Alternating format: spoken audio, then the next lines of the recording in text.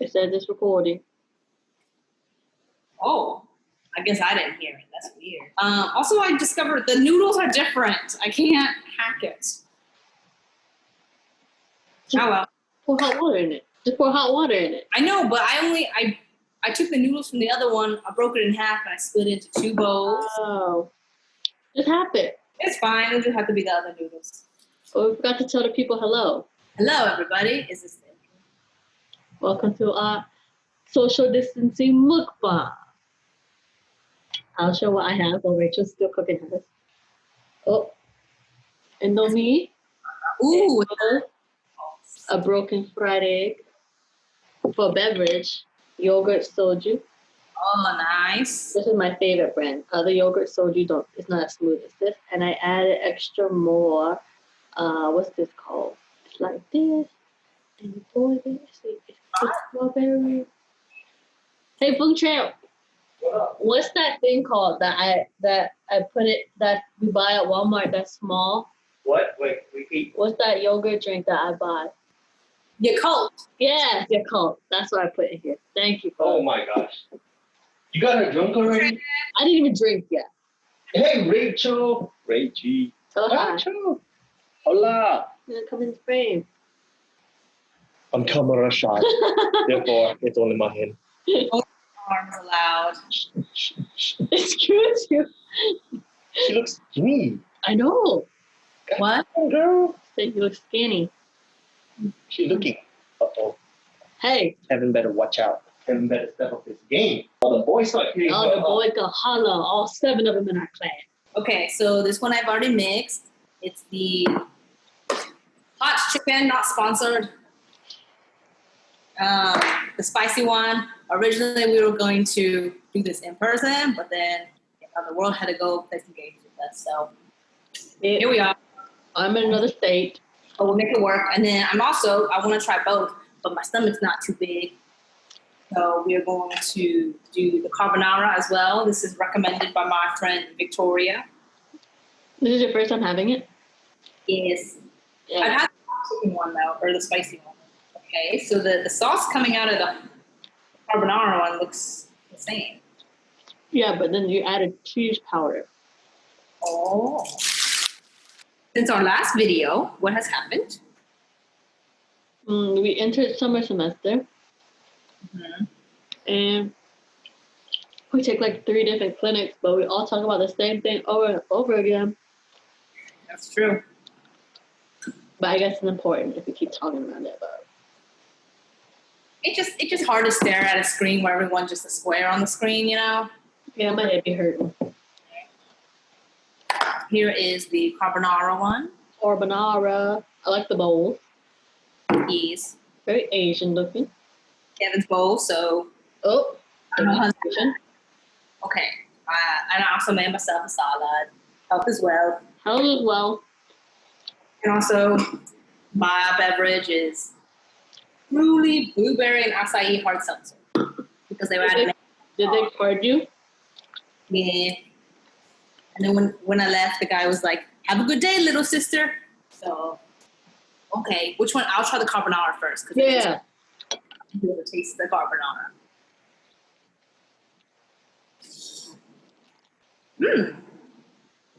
It's still kind of spicy. I'm surprised. Mr. Takapu sleeping. You're sleeping. I know you hear me. He might could kill. Wait a minute. Okay. Our theme for the virtual background is Honey, I Shrank the Kids. And if you're too young and you don't know what that is, you shouldn't even be watching this video. PG-13. When we were doing clinic presentations this semester, my patient, it like said date of birth and it said their age, right? So I was reading and I was like, I have a 20-year-old female. And I saw that they were born in 2000 and I was like, wait, 20? Wait, 20? That's crazy. Honey, I Shrunk the Kids came out in 1989. Right before we were born. I was watching your video last night about your admissions into optometrist. Did you watch the whole thing? That thing was really long. I didn't even expect that it was long. You're like, I'm not done my food, and I'm only halfway through. I like how you went through all of your, like all the things that you did and the days that it took you to apply. and like when you heard back and things like that. One tip, if I may, for the viewers, is there's this website and it's called Student Doctor Network. I use that. Because everyone goes on there and like they'd be like, oh, I have a 4.0 GPA and my OAT score is a 390 and I'm president of all the clubs. I hope I get in. I don't know if I will be rejected or not. I'm like, okay, look. You will legit get in, like. Yeah, like it makes you seem like, oh, I don't even have like that good of grades and X, Y, and Z. Like I'm never gonna be able to get in. Like there's no chance. If this person's worried about it, I should be extra worried. And it's not the case. I think like people like to go in there just to brag about their work. It doesn't help you or you're like, because I've talked to a lot of people and they like the day before, the week before, they take their OET and they're like, I wonder like what score I should get and stuff. And they're like, oh, I need to get a 390 just to be considered. Oh no, and stuff. And I'm like, you do not. You're putting yourself in a bad state of mind. So I feel like most of my friends are in like the 330 range. I think. I feel like if you have 300, just apply. Yeah, if you have over 300, and honestly, they say like a lot of pages, a lot of schools, they say like, oh, you know, average GPA is like around 3.4, 3.5 or something like that for like the good schools, or I don't know, good schools, but like a lot that I've seen or that I applied to. And look, I had a 3.3 when I applied. So it's as long as you're over 3.0, honestly, they'll still consider you. They have to look at your application as a whole and see, you know, oh, you know, would you do your OT score? Did you improve over time in college? Like, for me, I did really bad my freshman year, but then like my grades got better as I learned how to study, which is like what you had said, what they want to see. So they take that onto account because I know people who are like had D's in organic or something, and they just ask them on the interview. And if you just give them an honest answer, they're like, oh, okay, I understand. You know, they're very forgiving. Mm-hmm. I feel it's not like med school where it's like hardcore. Yeah, I feel like med school, they're like, oh, if you don't have this, then that's it. See ya. My best advice for people applying is just don't be anxious. It's not worth it. Maybe also show that you like have looked into optometry and you're not just blindly going in, like you know what optometry is and stuff. You take all the classes and taking all the tests. They'll seriously consider you.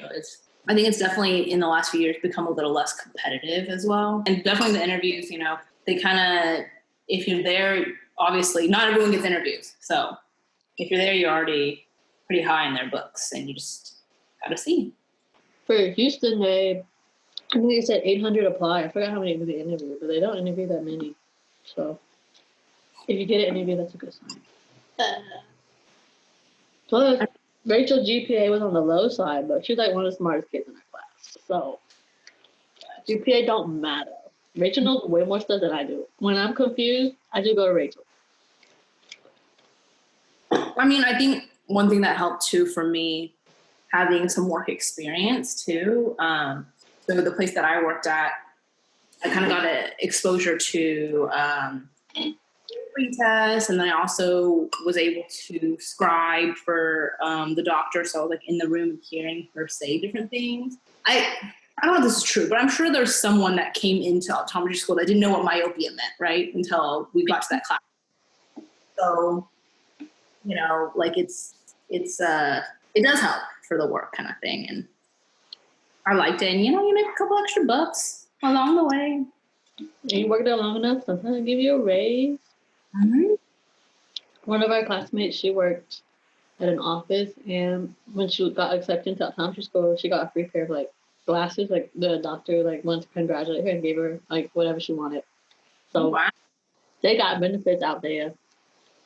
I think that's a really great thing I think about optometry as a profession is like a lot of them are private practices, right? And so you think, oh, you know, it's really hard. They're just like trying to make ends meet and they don't want to like stress themselves out that much. So it's hard for them to take anything on additionally. But most optometrists, I think, kind of were in your shoes as a pre-optometry person. And they're like, yeah, you know, someone like gave me a break when I was a kid and like so I could like kind of learn more about it. So they're really open to shadowing. A lot of practices I've heard of do like student interns. So when you're like a college student, you can like go in the summer and like work for them for a little bit and things like that, which I don't think a lot of people do. Like I think, like for med school, they have to do shadowing and stuff, but I feel like from what I've hard to get shadowing because hospitals are really strict about it. there's a lot of red tape. You have to really know the doctor. Kind of have to have an in, whereas like, I mean, the place I worked was just like the person I went to for my eye exam when I was 1 year, and I was like, hey, Iron. Well, I would say my mom asked because she's the runner of it, but. For me, for shadowing, I just called around. I did get a couple no's, but you just gotta let it roll off your body. It did hurt at first, but then like the next person you call, they're like, yeah, come and shadow. When are you free? So, it's not personal. Maybe they just their office is simple. Yep, peeps be busy. It's the shirt finished. Oh man, I'm eating quick. So I have a question for you. Because we've been doing a lot of Zoom classes or like not Zoom, I guess, but like online clinic and things like that. What are your thoughts about your comfortability of patient experience right now? Like, I don't know how many patients you've seen at this point as you are, can we say you were third year? Yeah, I can say we are third year. Right? So, at this point in your optometry career, do you feel like you have seen enough patients? Do you feel like you need to see more? Because I know there's some people that have been talking like people are more wanting to do residencies compared to when they first start optometry school because they feel like they just need that extra year of experience since so much has been online this summer. So I feel like I've seen 4 patients so far. I feel like I can do refraction decently, but back of the eye stuff like PATH and 78, looking at the, like just traveling, I can't do it. Like just skills in general, I need more practice. But I feel like at the end of next semester, I'll be okay. Granted that people show up because there's rumors that people might not even come to the clinic. I'm more worried about like using the equipment. Like I never ran an OCT. I'm gonna do that. I'm more scared about running Humphrey visual fields because it seems like it takes a minute and then there's a lot of patient error. And if there's patient error, then I can't use the field. I haven't really, what's it called? When you like type in record, recording, whatever, EMR stuff. I haven't looked at that in a hot minute, even though they told us to. So I'm scared about that. And then contact lens click. So we've never seen a contact lens patient, so I don't even know how that's gonna go. That's gonna be like rough, my first patient. Scleral lenses, I barely understand. GPs, maybe I could do, maybe, but it's like I know it's a lot harder to do the calculations and everything when you're like crunched for time.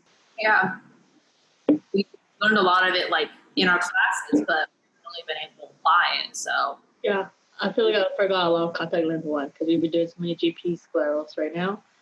Mm-hmm. Barely remember my brand, but I am interested in doing a residency, or like I'm like 40% interested, just because maybe I want. See, I don't know how you're supposed to like attack residency because some people they do it because they want more experience, and then some people do it because they like it. But like, are they doing it because they're good at it or not good at it? Because I feel like I'm not good at PATH, so I would want to do a PATH residency.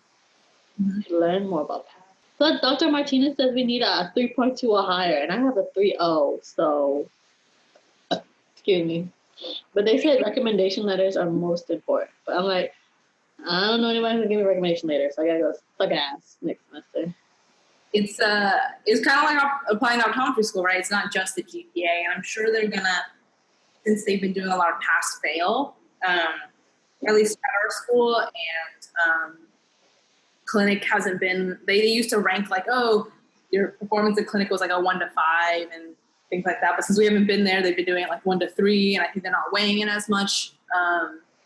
So there's a lot of things that go into it. Also, first though, I'm wondering, what is a residence? Oh, residency, if you didn't know, usually is a 1 year to 1.5 year program that you apply to for further education. Usually it's a specialty like pediatrics, contact lenses, pathology. I don't know if they have one, but maybe glaucoma. I would be interested in a glaucoma residency. And you work with one person usually, and throughout that year they mentor you. And if you do it at a university, I also learned that you get to do 1 semester of attending. So you get 4 students to work under you in the clinic. Yeah, and you make about $28,000 a year, which is kind of makes me sad. Yeah, I think your loans can be put on pause depending on what program you do. But a teacher that I spoke to said it's better to just pay off as little as you can rather than putting it off because the interest was still accrued. But they say it's livable on $28,000. I don't know if there's a tuition involved or not with residency. I feel like It's like if you have to pay tuition and you didn't pay 20,000, it might cancel out. yeah, so I had to look into that. Yeah, you need letters of recommendation, a GPA. They also look at your board scores, and I think they do a matching program like the med schools for the residency, where the student ranks 1 through 3, and then the school will rank whoever they interview 1 through 3. And if they match, saying like if you rank first and they rank you first, then you go there. Did you know that there's also a thing called a fellowship? I heard there's a fellowship. I don't know the difference. I talked to one fellow at our school, and I was asking her about it, and it's not. So I think if you think about like med school, you do your medical school, you graduate, you do your residency, and then you do your fellowship, right? Because it's like specialty of a specialty, or specialty of your area. But it seems like you either choose residency or you choose fellowship, maybe. And she was kind of telling me the difference is that it's a little bit more research-based. And it's kind of like, it seems similar, like that she's also an attending. She was actually one of our TAs. Well, not one of our TAs, but she was one of the TAs of one of the classes we took. And she has to take on one like big research study that she's the person that collects the data for. So that's kind of how it's more research. So I was a subject for that, and so she was telling me about it. But it seemed like an interesting option as well. If you want to do an extra year and you still want to do clinical experience, but you want to maybe do more research with it, I don't know. I heard fellowship is good for if you want to be a fellow of the academy. Oh, like FAAO? Yeah, and then residency also too. But if you do, so there's like certified residencies and not certified residencies. And I heard if you want to be a fellow for the academy, you should do the certified ones. But the difference between certified and uncertified is not that big of a difference. Like you'll still get a great education. It just depends on what your goals are. Either way, it doesn't seem like a bad. I think some people want to just go straight into working instead of residency because they're afraid. Or like they don't like the idea of like, oh, in residency I'm only making $20,000 where I could be making my full salary, which is going to be definitely more than that. But also maybe they don't have a particular specialized field that they want to go into, so then that's why they're like, what's the point of it? But it does seem like there's a lot of perks to it. There's also like a payoff. Like if you do a residency in like contact lenses and then you learn to fit specialty contact lenses, like you can make a lot of money because insurance doesn't cover a lot of it. There's a lot of out of pocket. And also it sets you apart because let's say you do a residency and specialty contact lenses and I don't. And we're the only 2 doctors in town, all the people that need the special contacts, they're going to go to you instead of me, right? Yeah, because they're going to want a cut of your specialty. I forgot what's the percentage of people that go into residency. I want to say it's only like 20% or 10%. I don't think that many people apply to it, yeah. It depends on what you want. Like some of our classmates are happy with just working at a Costco and just giving them glasses, and if they see a path, refer it off kind of thing. But like other people like want to manage it. I don't think Costco has OCT, even though they're saying like nowadays like every office should have OCT. Maybe it depends on the place because aren't the Costco offices like rented out? They're not like owned by Costco. You just rent out the space. Right. So they're their own office. And then in Texas, it's a two-door system where you have to have the office separate from the optical. Where I didn't know that because in Louisiana, it's a not two-door system, so it's all connected. But yeah, I'm interested in lasers. But I heard it's a 32-hour certification, so you don't even have to do a residency for the lasers in Louisiana. You just do the CE or whatever, and you get the thing on the end of your license number, and then you can do it. Honestly, I was hearing them talk last year, and they were talking about how it's not that easy to find a job. I think everyone out there thinks that it's easy for us to find jobs as optometrists, but it's harder than it looks, I think. I think it depends on where you want to settle down. Because in Louisiana, it's a lot easier to find a job, but Houston's saturated. Texas, I feel like Texas in general is saturated, unless you go to like Boondocks, Texas. That's another thing, right? Like then if you have a residency or if you have a fellowship, then that kind of sets you apart a little bit. Okay, you want to talk about the MS stuff or not? Oh yeah. Okay, we'll finish it with Rachel is a master's student. She's gonna get a master's in optics. So it's called Master's of Science in Physiological Optics and Vision Science. So Rachel doesn't take electives. So I have to take 7 credits of electives. Rachel doesn't have to take electives. However, she'd be stuck in these weird long classes on Friday. And she has to take statistics. And she writes papers. But Rachel, let's tell us if you enjoy it. I think like it kind of, so what they do is they count our master's classes as our electives. So we need, I guess, 7 hours.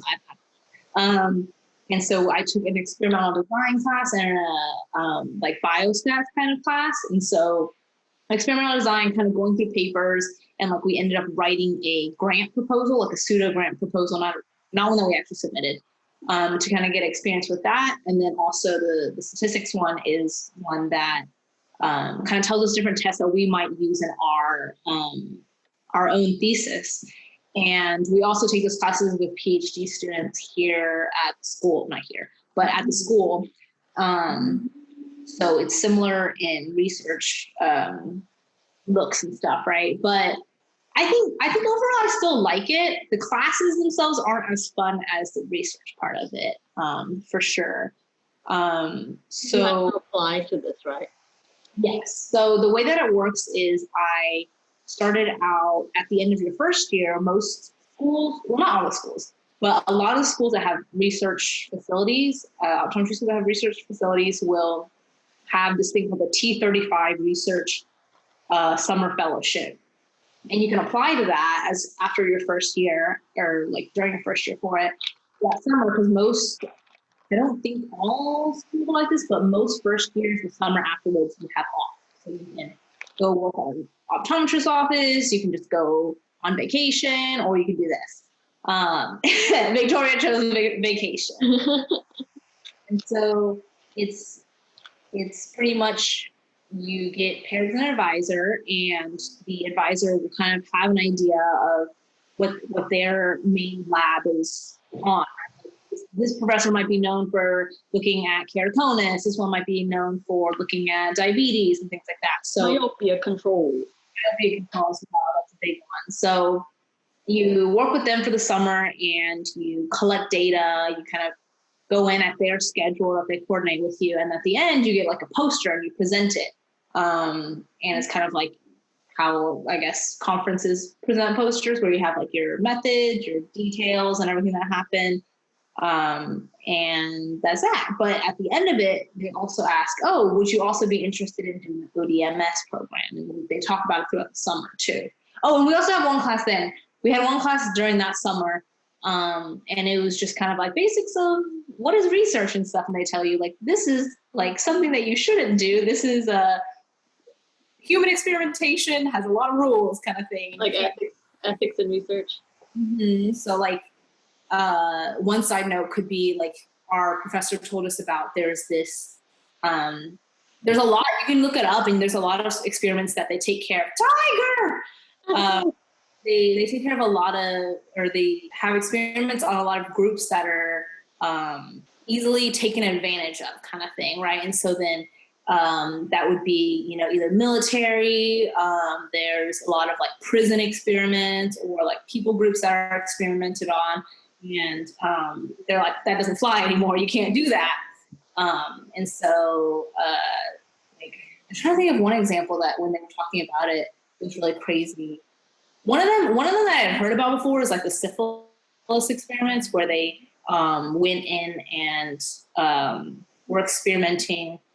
I don't want to like get it wrong, but I think they either like gave syphilis to a bunch of like Black people, or like a bunch of people had syphilis and they like were like, oh, we know this thing works and this is like a placebo one, and they knowingly didn't give treatment and they gave placebo to some people and those people ended up dying. But right now, like in research, the rule is if your experiment proves that the treatment works, and if you don't give the treatment to everyone, that there's more harm to the placebo people, like you're at an obligation to tell the people like, hey, you know, we're gonna stop this experiment. Clearly this like treatment really works. So we want everyone to have it, kind of thing. So things like that.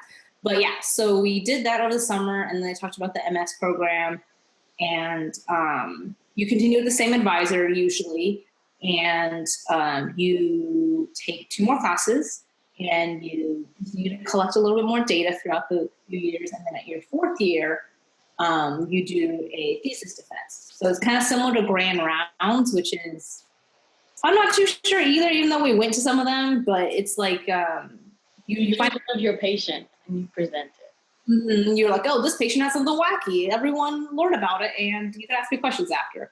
So I think that one's like 15 minutes, but your thesis defense is you talk for like an hour. So you like present for an hour, more or less, and then the following, you have questions open to the public, so you can have people come and ask you questions. And then you have a committee, and the committee is your professor, or your advisor, and then like 2 other people, or maybe 3 other people on the committee that are knowledgeable of what your thesis is about. And they just ask you, like, I think for like 2 more hours or something, like everything about your thesis. Are you nervous?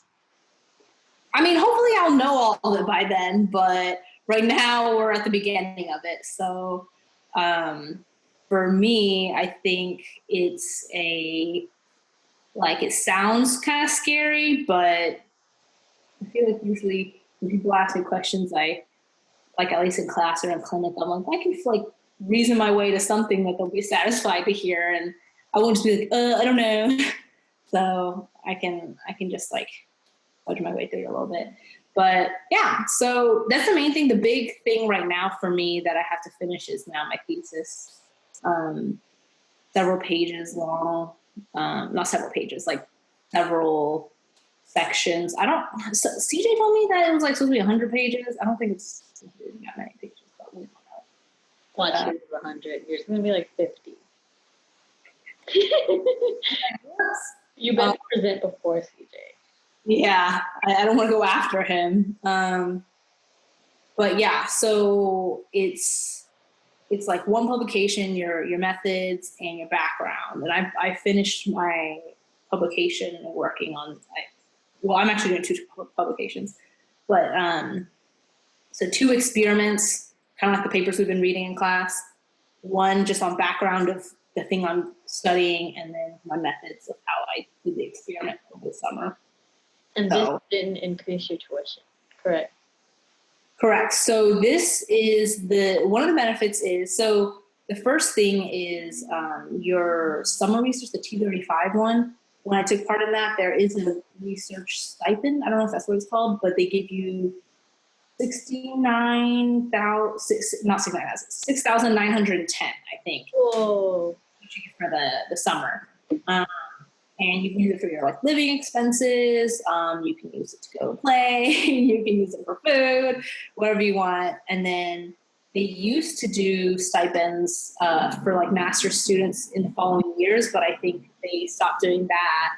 And they also cover my electives. So how we were saying in the beginning, my formerly, like how Victoria takes essentials in leadership, I just take my stats class, and she still has to pay for that class, but then I do.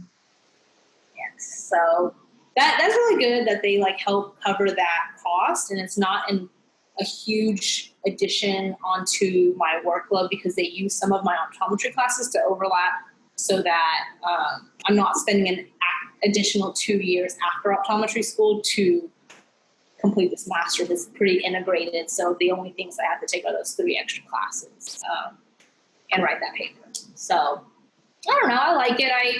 I always liked research. As a high schooler, we had this one class called Independent Study Math. I don't know if all schools do things like that, but you can just kind of do whatever, do some kind of project. And I was like, well, you know, I'm kind of interested in optometry. Maybe I'll make a research project. And mine was on computer vision syndrome and how it like affects high schoolers or something. And I had What the heck? You knew about that in high school? I just heard about computer syndrome like last semester through Dr. Tucker. Yeah, I just like looked up stuff, and it came from like I started working in my junior year of high school at an optometrist office, and so that gave me kind of terms to look into and things like that. So when I told my boss I was doing the summer research in the MS, she's like, I knew it. Like, I remember when you were in high school and you did that little poster thing. I knew you were going to do research when you got older. So A little scientist. But I've heard them talk a lot about like different things you can do with it. I know some of our professors are ODMSs. I don't think you necessarily need to do like an OD PhD to be like a faculty or like a teaching faculty. So if I wanted to do that, if I got tired of seeing patients, I could teach the kiddos. What would your top residency be? I kind of like contact lens just because I know you can profit from it. And then maybe glaucoma if there's a glaucoma one. If not glaucoma, then PAP. I think glaucoma would fall under PAP. Or, you know, one thing I've been looking into or thinking about is like, oh, I could even do like industry stuff with my MS. Like maybe I could work for Johnson & Johnson and stuff. Okay, let's close the video. I got things to do. Okay, it's going to be a big file to save. Big file. Thanks for joining us. I hope we were helpful or at least entertaining. Let us know if you want us to do more of these. Yeah, leave a question in the comments below for the next video. Yes. Thank you, Rachel Wong, for joining us. Thank you, Victoria. Until next time, this is us signing off. Signing off.